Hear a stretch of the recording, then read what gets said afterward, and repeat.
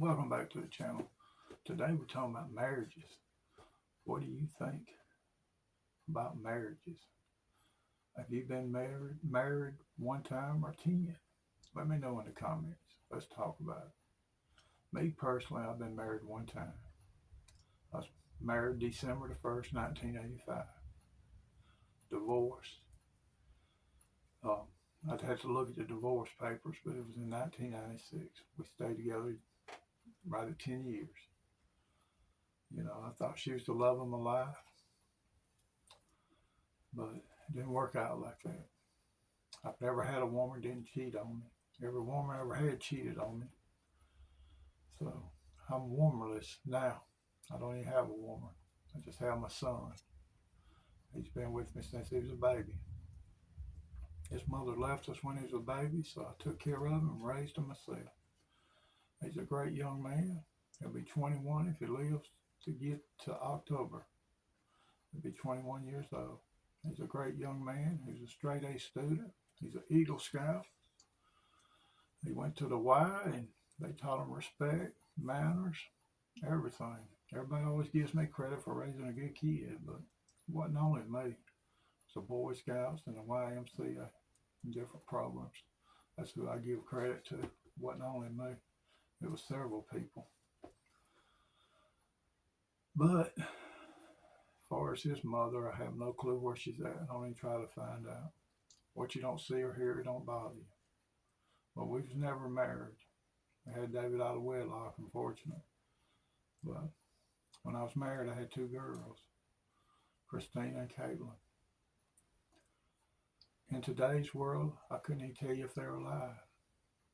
I know a while back I had my brother-in-law, he died, and I didn't even have a family member to tell me he had died. My son happened to see it somewhere. I was going through a lot that year, so I wasn't even on Facebook. So if you don't look on Facebook, you can't find nothing out. Figure that out over the years. But, as far as Christina and Caitlin, when I was a little boy, I was raised with three sisters in the house. So when I got to be an adult, I was still in the house with three women. So when me and David was, started, when he was born, the first time I'd been in the house with a young man, I still kiss him today, but I can't get used to them whiskers. The whiskers poke me. So I had never kissed a young man till he come along. I'd always kiss my children on the side of the face. As far as that goes, I'm sure my whiskers bothers them back then. After I look at it now, but I don't know what happened. My two girls and us, when I was married, Kayla would have worked with me, helped me, guided me. I'd had no leadership up to that point. I was just a wild person, doing crazy things, doing things I shouldn't do. So at least I can admit that. And, she'd have just worked with me. A lot of people, when they take their vows for marriage, God tells you to death do us part, to work through your problems and everything. But she didn't work with me. She found her somebody else to be with, and I don't even know if they still together in today's world, but she got remarried as far as I know. She thought I was such a bad person. She got married on Talladega weekend. And back then I went to Talladega to the races a lot. And she was going to get remarried, and she thought I was going to cause a stir. So I didn't. But I let her know before I left for Talladega that weekend that I knew that she was getting married. I didn't want her to think she was getting over on me. I just let her know that I knew. So, but anyway, after that, I left her alone pretty much. Hadn't had much dealings with her over the years. Um, I don't even know where she lives. I don't try to look her up or see anything, but because I always will love Kayla because she was my wife, and I just didn't know how to show the love, how to treat her, how to do right. I was just, and I put it back on my childhood, not being raised the way kids should be raised, because I could tell you my story on my childhood. And in today's world, it would be child abuse. And I seen my mother cheat on my daddy a lot. So I was raised up. I thought it was natural. When I got cheated on every woman I ever had. I just thought that was natural, to be honest with you. That's just what they do. But I was accused on cheating, but God in heaven knows I never did. I didn't do. I done other things, but that wasn't one of them. But always remember in your marriage, you can physically abuse someone, or you can mentally abuse someone. So you don't want to do neither one of them. You want to be able to talk, communicate. That is the main thing in marriage that I've learned over the years. If you can communicate, have a good relationship, marriages will work. I know some men's been married over 50 years. That's just amazing to me. I always thought what it'd be like if me and Kayla were still together. I got to see my girls all the time. Still had David, of course, but David's my buddy. He's my heart and soul, just as well as my girls. But he was born healthy. Knock on wood. He's never been real sick. He's had his tonsils took out. He went through having braces. Them things was aggravating. So, like Christina, she was born sick. The doctor let her mother lay there and dilate, and she couldn't dilate no more. So they wound up doing a C-section, taking the baby. He never took his first breath. So it was a bad thing. They pumped her air by hand from Thomasville, Alabama to Mobile, Alabama, which is a good distance, at least 100 miles or so. So they got her down there, and my mother, my sister Martha, they went down there and spent the night with the baby. I stayed with Kayla. Me and her both was crying. We was upset. I'd always wanted a child because I thought that would make me do right, keep me straight, out of trouble. So I drank back then. I smoked pot. I smoked cigarettes. I had all kind of habits. And so the next morning I went to Mobile, and my mother met me out there. She said they was doing all they could for her. They had her paralyzed. They had her on some kind of life support system. So it was a doctor took me and my mother to a room. I never will forget it. He took us in there, set us down, talked to us, and he told me that they had a machine called ECMO, ECMO. He said if they could fly her from Mobile to New Orleans, if she lived, she had a 90% chance of living. I never thought twice. I told him to take her. And, he explained to me they had the same machine in Birmingham, and I'm freaking out. My child's going to be in another state. And, man, we was young. My wife was real young, and I was young, too. And I was just freaking out. So back then, we didn't have cellular phones like we do in today's world, so I couldn't call and talk to her, tell her what I'd done. So they put her on a helicopter. I went out there and watched them put her on a helicopter, and they flew her to New Orleans. So I come back and told Kayla what I had done. So I went home and I packed my clothes. I left for New Orleans. I went down there to see my baby girl. She's my firstborn, and she's my baby. She was my heart and soul. She was everything. So I went down there and stayed with her a little over 3 months. I think it was a month when Kayla come. Kayla was real sore. Like I said, she was young, been cut open. She couldn't travel. I didn't hold that against her. Still don't hold it against her. And so I stayed down there with my baby. I didn't leave her side. So one day I was in there messing around. They had this hood under, and they still had her paralyzed. They had a diaper laying under. It was just a room full of stuff. I mean, it was weird. It scared you walk in there and look at all that stuff. And they was putting blood in her oxygen. And you could see her blood going through all these pipes and stuff. I mean, it was weird. It was the time of my life I never will forget. I think I'll be on my deathbed and still remember it. But the better she got, they'd weaned her down. They take electric toothbrush and rub it across the chest right here. Then they run a tube down her throat and suck that stuff out of there. And it was green as poison. And what had happened, she had had a bowel movement inside of her mother. That old doctor we had down there, he wasn't worth shooting. So it was his fault that Kayla and the baby went through that. So I was messing around in there one day, and back then we had a 35 millimeter camera. I have my camera with me. I've been taking pictures, of course. I still take pictures today. I take thousands. I can't keep a phone empty. I mean, I have so many pictures, it's ridiculous. But yeah, I was messing around one day, looked in that hood, and her eyes was open. I thought, doggone, man, I grabbed that camera. I went over there and I took that picture. And I knew from that day on that she was going to live. And sure enough, from that day on, she got better. I still have this jar. It's where my sister took up money for us. You can see it on the camera. I guess it's taking up that picture. You see the knot on the back side of her head where she was trying to come out of her mother and couldn't. But you can see her there. And I still got the balloons that was on her hospital bed. One of them says it's a girl.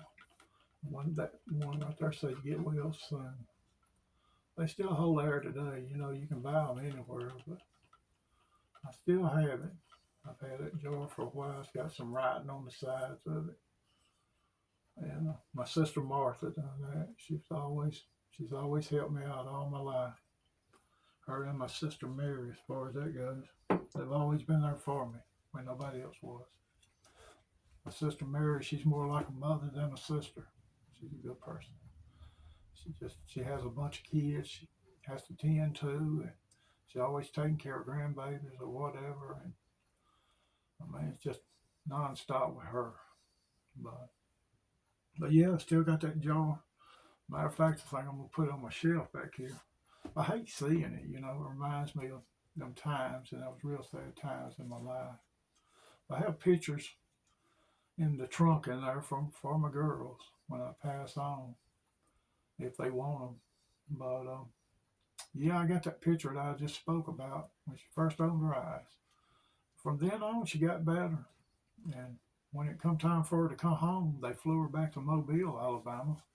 She stayed down there a couple of days. I was just gonna see how she reacted when since they had moved her and everything. But it was a great time in my life. We drove back to Mobile, and of course they had her in a room set up. Time I got back there, but it was a great feeling to have her back in the home state of Alabama.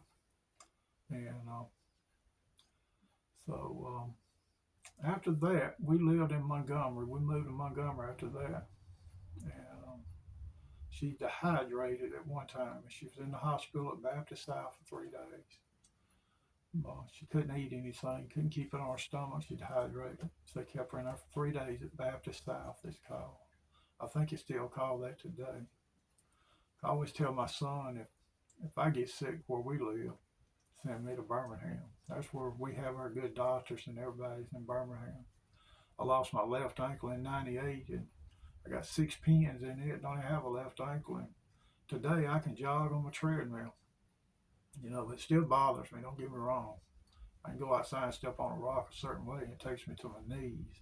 It's bothered me ever since 1998 when that happened, when they took it out. They done it up a place called Health South.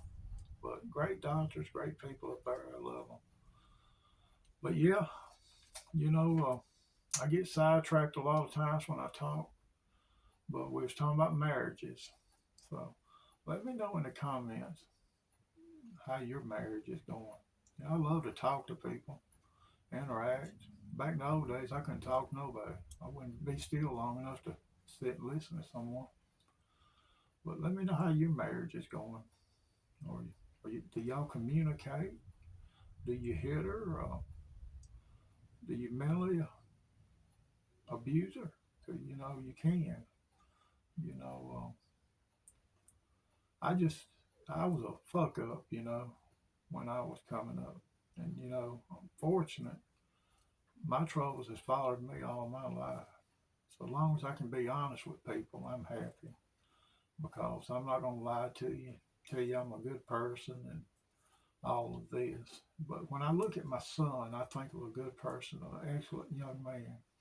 I mean, he's one of a kind. You have to be around him to understand him, to know him. He's real quiet. He don't say a lot.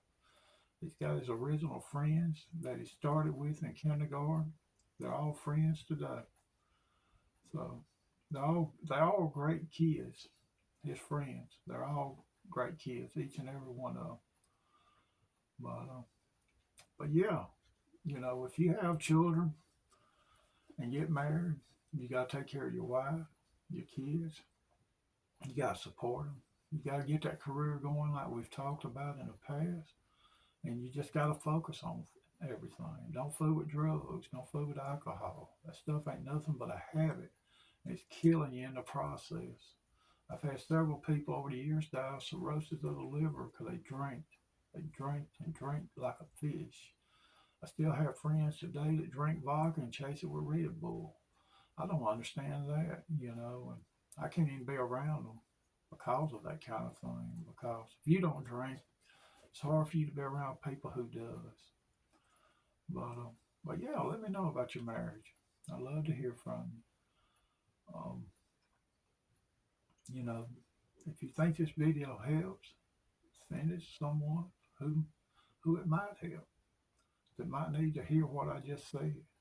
Because when I talk about my oldest daughter, I still get very emotional. And we talking about something happened in 1988. It still bothers me today, and I guess it always will. And that shows me that I have love in my heart for her. I've never agreed with a lot of things she did over the years. And that's one of the reasons I don't see her today. Is because the the things she's done in her past. So I wish we could work things out. I love my daughters. I love my son. I love all of my family, my nieces, nephews, everybody. If they got children, I love them. I may have not even seen them because my nieces and nephews, some of them got kids I had never even seen, to be honest with you. But I still love them as a child. And so I hope this video helps someone. I really do. Um, if you need to talk or anything, just reach out. We can talk because that's what I made this channel for, to be honest about things and do things the way it should be. That's what my goal is for this year, to become a better person, to do things that's good, give back to the community, and try to help people. I'm not a counselor by no means, but I've been through a lot in my life. I've seen a lot, done a lot. So, that's pretty much what I have to say about everything. You know, it ain't a day goes by I don't think about my two girls. I'm here with my son, so I know where he's at. I feed him good, and we get along good, and he's just a great young man. So, but I do love him. I love my girls. I love all three of them. But hopefully this video is gonna help someone. You send it to that person. I'm sure you know of someone that needs to hear this. You can get them set out for a 20-minute video and watch it. Just get them to. But if you want to talk, like I said, I'll reach out. Just reach out, and we will talk. I'll give you my advice and what you need. So keep us in your thoughts and prayers. Me and my three kids, our family, the whole world, as far as that goes. When you pray for everyone. Just don't be a selfish person and pray for yourself. Pray for everybody. We all need help. Without Jesus, we're all doomed. We got to get right with Jesus so we can go to heaven and all be together. So I'm going to leave it on that note. If you watched the video this far, like it, share it, subscribe, hit the bell. And I appreciate you watching. And I hope you have a good day. And like I said, if you want to talk, just reach out. That's all you have to do. I help you any way I can. Give you the knowledge I know. Thank you for watching and have a good day.